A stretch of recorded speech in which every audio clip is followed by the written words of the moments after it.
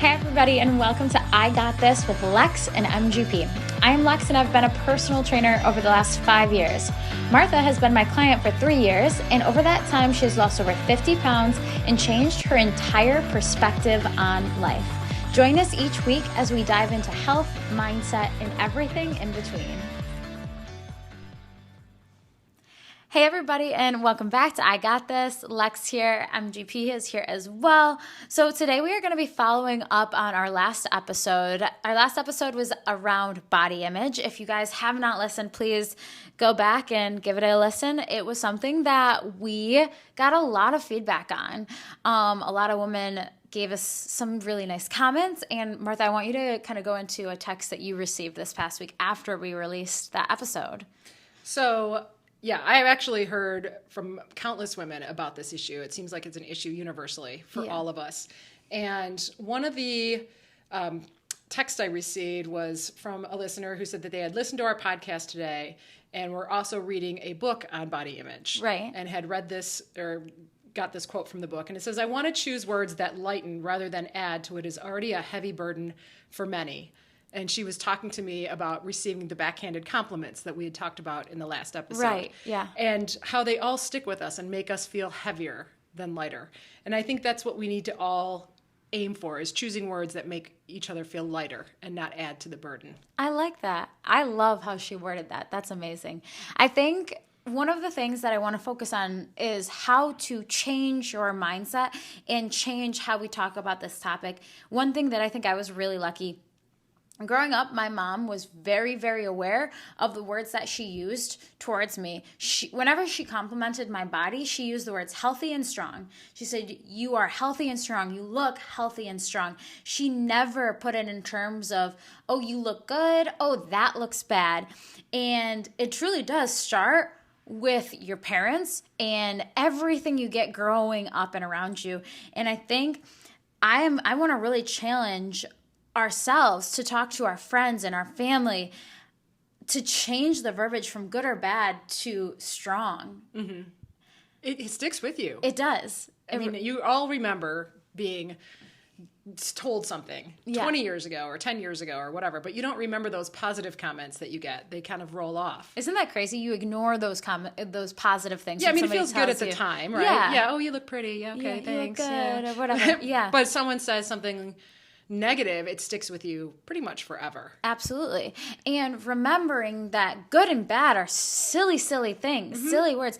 And even my friend group from college, college was a really hard time, I believe, especially if you're in a sorority, right? Mm-hmm. You had to fit a certain mold, a certain image, and that is when I felt the most self-conscious ever in terms of my body image. But after that time, it's a group of about 10 girls, and I have heard them use their verbiage of, "You look like you are glowing. You look so happy. Mm-hmm. You look so, like your energy is so positive." And I feel like that transition, rather away from how you actually physically look towards how your inner self is being expressed outwardly, is so beautiful, seeing that transition from everybody around us. But I think it's just the start. And I think challenging the women that are going to be mothers, and the ones we have friends, and the mothers, and how they're speaking to their daughters and how they're speaking to themselves, and changing that verbiage from good to bad is so, so important. You have to be so conscious of it. You do. I mean, I have a daughter who's 21, and ever since she was little, I've always tried to be like, "You are so strong. You are just because she always wanted to keep up with her brother, who's quite a bit older than her. Yeah. I'm like, "You can do anything you want. You can keep up with him. You are as fast. You're as strong. You are as, whatever it was." And she still, to this day, I mean, she's prides herself on being strong and being fit and being athletic. Right. And I truly think that affects her mind too. She is one of the most strong-willed people I've ever met in my entire life. We like to use the word spirited. But she's so strong-willed. And I think that's because you built her up with that word strong. And it affects your body, how you look at your body, and how your mind is as well, like how you speak to yourself.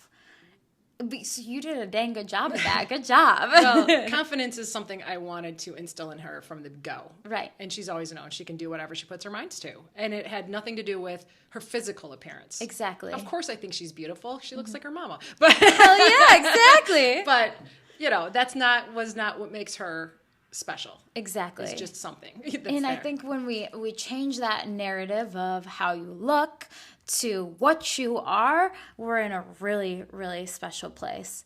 The next thing, so if we can change how we speak to ourselves and the women around us and our future children, I think that will start to change the narrative, as it has already begun. For example, you and my own mother, right? And I know the older generations weren't blessed with this around us, but that's okay. But the next step is taking ownership of how you take care of yourself and taking pride of the skin that you're in, because you are taking care of the skin that you're in. Exactly. I mean, you have to decide what it means to take care of your own body. Right. It could be rest, it could be hydration, it could be food, it could be exercise. It could be just taking some time off to yourself to journal or meditate. Yeah. But you have to take ownership. And you have to do it consistently. And that's, I feel like, is much, much, much harder. It's easier. It's way easier said than done, but we all know that because getting up and working out is difficult. Making healthy meals is difficult. Sleeping at least 6 hours can sometimes be so difficult. I can't even do it on 6. I don't know how you're doing it on 6. I don't do it on 6. I cannot. It has to be 7 to 8 for sure. No way. But taking pride in how you take care of yourself, I do believe aids in like your confidence. Like, this is my body. This is my soul. This is how I take care of who I am. And when you start to really take pride in that, you take pride in your body. It's confidence. It is. It is. And you have to decide what's your truth when you're doing this. And you have to consider the source too. When I think about some of those comments that have sat with me forever, who are the people that made these comments? Why am I letting it sit with me? Yeah. No, that's so true. I actually think about the people who make those comments are normally the people who are most insecure in themselves and are so judgmental of everybody else. If you are inwardly glowing, if you are so confident in yourself, you are not talking poorly to those around you. You're just not. No. You probably want to spread the happiness. Exactly. You're building others up. So that's the truest thing. You're thinking about who said what. What was that comment you said somebody... So someone else had texted me after they had listened to our episode on body image and just said that they were, grocery shopping and they were texting an older family member, and that family member was like, "Well, I hope you're buying low-cal foods while you're out shopping." And she was like, "Excuse you?" Yeah, kind of like, "I'm grocery shopping? Why do you care?" Yeah, 100%. That's like... so rude. Okay. And that's the thing too. It kind of, and I hate to peg it on a generation. Like I really don't want to peg it on a generation, but I do think it's like a mindset that is so old. We can do better and we have to do better. Exactly. I think as we're evolving. We are evolving. Right. We're so far past that evolving. And I've learned to, who do I have to give credit to? Or who do I have to validate when they make comments? Yeah. Is that person's comment really what defines me? Whose comments really matter? Exactly. So, and that's, I think, what we have to try to remember. And I do think too, I had a woman say something to me recently as well. It was actually pretty recently. And she said to me, "Oh, Alexis, you look so tired. You look like you need to put makeup on." Oh, yeah, and it was after it was a really rough night of sleep. I think I got like 4 hours of sleep, so I was already feeling low. I've already talked about how right now I haven't really been working out as hard as I normally have, so my confidence is low. And you think about it, and it's like, okay, you don't really realize the place that I was in, that, I just didn't have time. I had to wake up and actually, come coach you. So if you want, next time I won't show up and I'll put makeup on. But you realize you're like, people make these comments and they don't know where you're at or what you've been through. And it's like, maybe that person just getting out of bed or putting on that tight pair of pants or whatever is like the hardest thing that they've ever done. And when you realize, like when you put yourself in that other person's shoes, I think that's a game changer as well. But I also put myself in that perspective of that, like I was like, okay, that person is probably having a bad day for her to say that to me. Or just is completely insensitive. Yes. I mean, I'm sure she's one who has also said, don't take things so seriously. Right. Which, anytime anyone starts with like, no offense, but exactly. I'm taking offense. I'm gonna take offense. What are you gonna tell me now? Never say anything that starts with no offense, but then don't say it. Yeah. It's ridiculous. What is wrong with people? Yeah. And it's not that hard to be more thoughtful. Or here's my other favorite. I didn't mean anything by that. I didn't mean anything by that. Don't take it so seriously. Oh my God. It's like, oh, okay, that definitely wasn't a joke. No. That was an insult. But, Yeah. no, I mean, if someone truly didn't look well, I think the most I would ever say is, are you feeling okay? You look a little pale. Like, if I truly, genuinely thought they were ill. Yes. But that would be it. Or even sometimes you've asked me after a long days, like where I've clearly like been on my feet for a long time or something. You're like, hey, you text me after, you'd be like, in a private setting, you say, hey, how are you doing? Are you okay? And that's thoughtful and that's kind and that's it's genuine concern. Yes, it's not like you look bad. You need to fix yourself, right? Right. And that is the same idea of what women put on other women. Oh, that's too tight. You need to do better. Like that's so how badly that hurts. Like I will never forget that comment. That girl will never forget that comment because, and we can do better. Like we just can do better. Right. No, you cannot say anything like that. And you're right. Like, I think it was about a week ago, I texted you after we had worked out and just said, hey, you okay? You just seemed a little down. Yeah. And I was it had nothing to do with the way you looked. No. And I was like, oh no, actually I'm great. I've just been like training for a while. Yeah, like, we're just a little tired. Yeah, it's fine. literally not a big deal. I was like, no, I'm just going to go home, take a nap. We're all good. Right. We're just, touching base. Yeah, exactly. And that's genuine and that's kind. And that's huge. The next topic I want to talk about is, wait 1 second. Yeah, just count and we'll go on. Okay. The next topic I want to talk about is that not everybody is on the same page as you. Right. So what does that mean?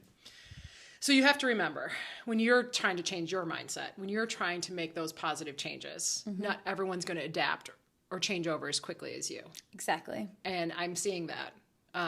I walked into lunch at work the other day. Right. And there was a large conversation going on, about 10 women probably, on this exact topic. One of them had heard the podcast, and I think that's which I didn't even know they were all listening. So that's so cool, guys. Thank you all for listening. Thank you so much. We're really grateful. But they had talked about it, and some of them had not heard it, but they just all started talking about body image and backhanded compliments and compliments. Wink, wink. Yes. Yeah. And then how they all felt about their body. And this was women, in age late 20s to almost 70. Right. And everybody had the same experience. And at some point. Yes. With body image. And so they were really talking about it, but certain ones were like, that's right, darn it. I don't have to take, what people say. But then other people weren't there yet. They're like, but my mother said this to me, or my husband says this to me. Wow. And so they weren't ready to make maybe that change of who, you give credit to with those comments. Exactly. And I think it's also putting weight on, we all value certain people's thoughts. Like, the people we hold dearest to us, we hold their value of what they say very highly. And that's hard to take into your own hands. Take into your own hands what you know your truth is. That's difficult. It is hard. And for years, I just took those comments, I guess, and internalized them. Right. And tried to pretend or laugh them off or say or thank you. said, oh, you're so right.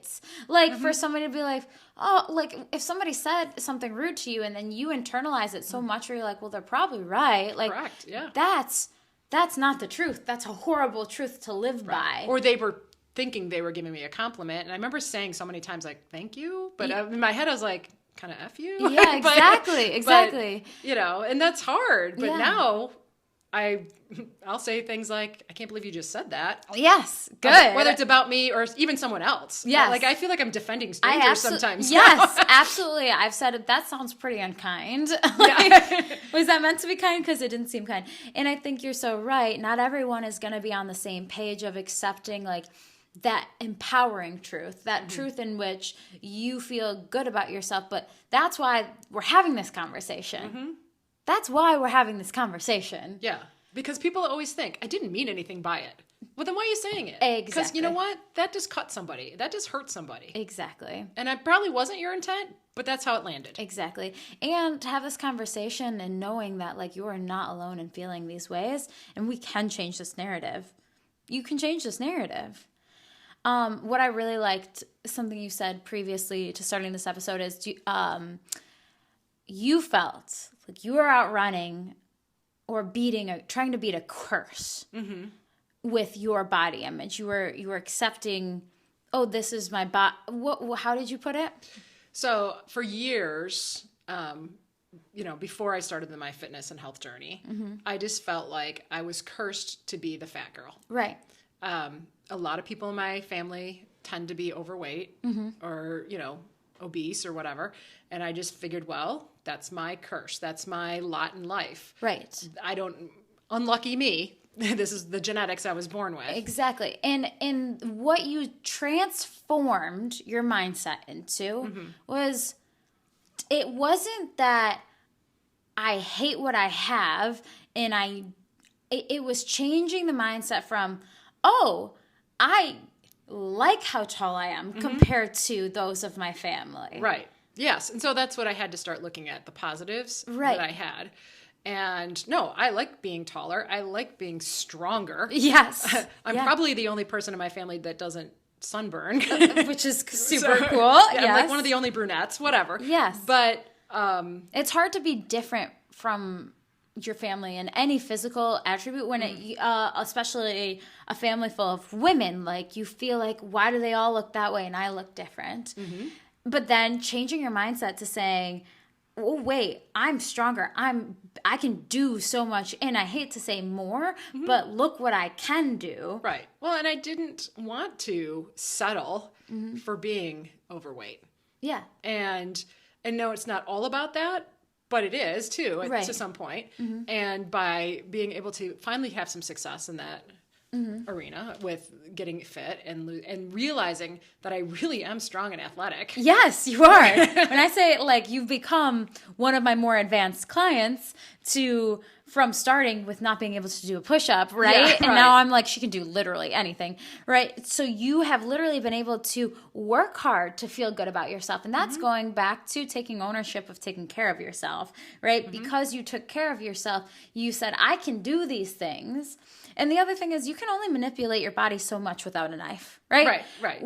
That's the thing. You don't outrun there are certain genetics. I have some of my most healthy clients. I swear, I mean healthiest clients in terms of moving their body daily, not too excessively, strength training 3 days a week, like cardio and moving their body naturally 4 days, eating consistently, on path, healthy. And guess what? Sometimes their bodies don't change. They just don't. And maybe there's a trainer out there that could truly change, but I know that they are living their healthiest life and knowing, okay, sometimes you can't outrun genetics, but you should know that you should be so confident in yourself because you put in the work. Right. You are taking care of yourself. Agreed. And I think that's the other thing is, working hard to manipulate your body into the way you want to look feels good because you're like, I have some sort of control. But sometimes you don't have that control. And that's okay. Like, you are not alone. You just love, what you have. And that's hard, too. When people tell you to love yourself, you're like, what does that even mean? But it takes hard work to change your mindset towards what you can do and how wonderful you are. And there's some pride behind that. Yes. What I've been able to pull off exactly. in the last few years. And a lot of my friends who are similar in age to me, whether they're in their mid to late 40s or early 50s, are like, oh, I just can't do that kind of stuff. I'm too old to do that kind of stuff. My body just doesn't do that kind of stuff. Yeah. I'm like, mine does. So yeah. But it took work. Exactly. Yeah, 5 years ago, mine didn't do it either. Exactly. And that's the thing. It takes work, but that work will pay off mentally. How you view yourself will change. Yeah. And physically. Because I think it's slowing down my aging. Oh, for sure. 100%. You start to build muscle. I mean, so many benefits in that way. Yeah. But I do not want to disregard that. Sometimes your body, no matter how hard you work, sometimes your body doesn't change. But it should not change in a negative way how you view yourself.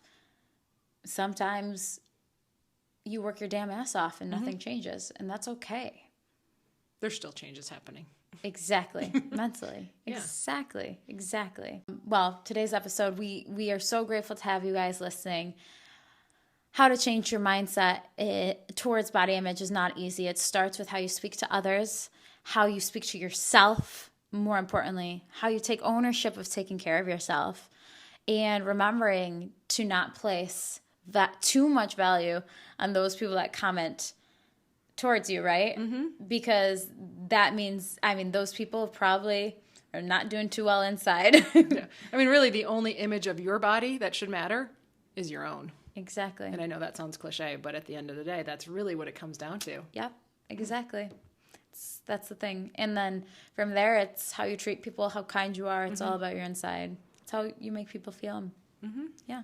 So guys, thank you so much for listening. Please send us some feedback. We want to hear. We would love to talk more about this topic. The more we can talk about this topic. Absolutely.